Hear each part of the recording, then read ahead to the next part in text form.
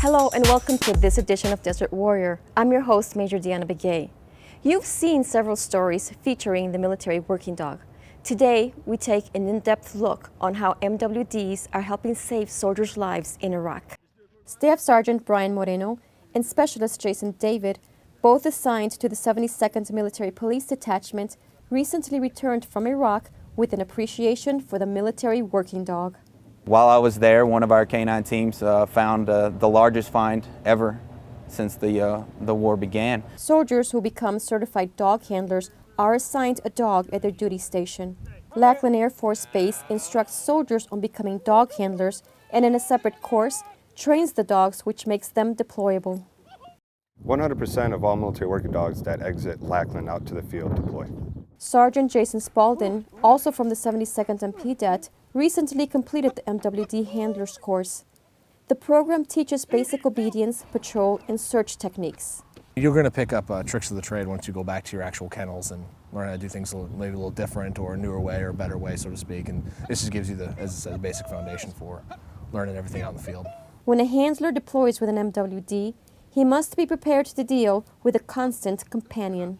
If you go out to one of the smaller FOBs like I was at, the dog stays in the room with you. You're with him 24 hours a day, 7 days a week. Anything you do, he does it with you. But soldiers said teaming up with an MWD is well worth it. There's no telling how many lives that these dogs have saved by being out on the roadways looking for IEDs. Many people wonder what happens to MWDs once they complete their military service. Here's a look at some options. Once military working dogs retire from service, they are placed in an adoption program that finds them a permanent home. Basically, when a dog's service life has come to pretty much the end and they're ready to retire, I get the dogs in the adoption program. Careful consideration is given to the MWDs and to those interested in adopting them. The mission of the 341st is to care for the military working dogs that are allowed to go home and keep the same dignity that they had while they're here. After the break, we'll learn how dogs are helping soldiers in other ways. Hey. Ready to go? Yeah, but the fire's not out. It's close enough. Close enough? If it's too hot to touch, it's too hot to leave. I mean, the next thing you know, you've torched our whole neighborhood. Which is why we're not going anywhere? Exactly. 9 out of 10 wildfires are caused by humans. Only you can prevent wildfires. Welcome back.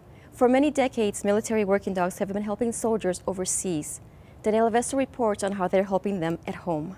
For the past year, Debbie Kendall has been taking her therapy dogs to Fort Bliss to visit and work with wounded warriors. While many of us are familiar with service dogs used by people with disabilities, a therapy dog is a little different. A therapy dog is a dog that is primarily outgoing and giving to others. Okay, his purpose is to give to others, to bond with others, to allow anybody who needs to hug him, to just be loving.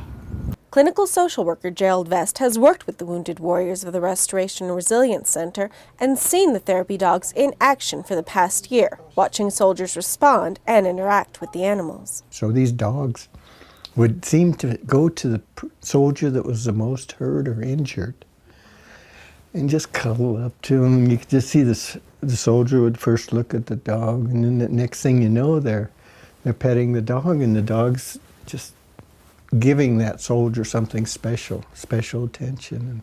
Going strong for over a year, Kendall has no intention to quit while there are soldiers who need her and her animal partners. And anything that I can do to help make their lives easier, I consider it a personal mission.